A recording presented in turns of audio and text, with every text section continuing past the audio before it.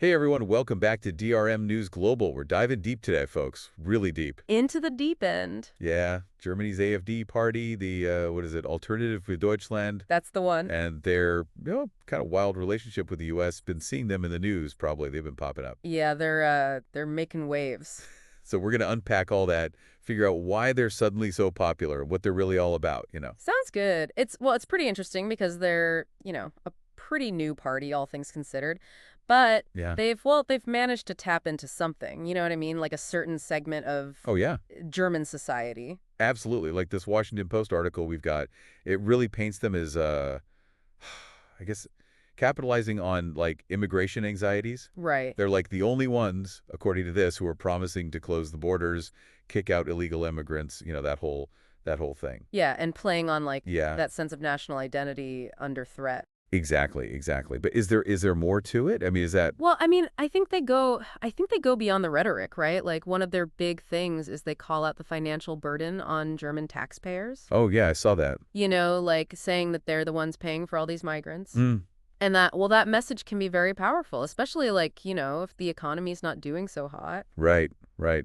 Makes you think, if you're struggling, and then Yeah, you see your taxes going to supporting others. exactly. It can definitely stir some resentment. Oh yeah, definitely. And of course we gotta factor in the whole migrant crisis. Like back in 2015, 2016, over 1 million Syrian refugees coming into Germany. Yeah, that was huge. And you combine that with all the like anxieties around terrorism and Oh, for sure. it was kind of the perfect storm for a party like the AFD to gain traction. Totally, totally.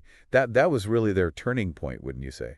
Absolutely. Like before that, they were kind of fringe. But then in 2017, damn, they're in the Bundestag, the German parliament. Wow. Like they went from zero to actually having a voice Real power. in at the heart of German It's politics. pretty crazy. Okay, but they have seats, Right. but not actual power, right? Like the article said, the other parties won't work with them at all. Yeah, it's pretty fascinating actually. It boils down to, well, what the article calls it Germany's memory culture. Memory culture. Yeah. So basically the legacy of the Nazis, the Holocaust, all that, it's shaped a really deep resistance Oh yeah, of course. to far-right ideologies in Germany. Like the country spent decades coming to terms with its past.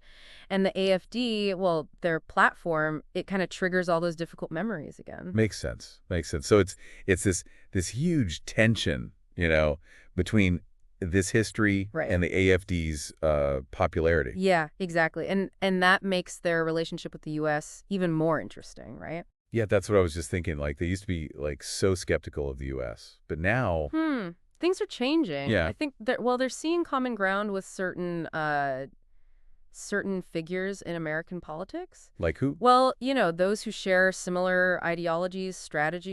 see. I see. It's like they're seeing a potential ally across the Atlantic. Yeah, yeah. Speaking of unlikely allies, what about Elon Musk reposting Alice Weidel, the AFD leader, on X? That was weird. Yeah, that was definitely a choice. It's hard to say like what the actual impact was, but Yeah, endorsements from people like him with that kind of platform, it definitely legitimizes a message, yeah, amplifies it, exposes the AFD to a whole new audience. and maybe even normalizes their views for some people. Exactly. And then you've got J.D. Vance, the U.S. Vice President. Oh yeah, meeting with the AFD candidate instead of the German chancellor.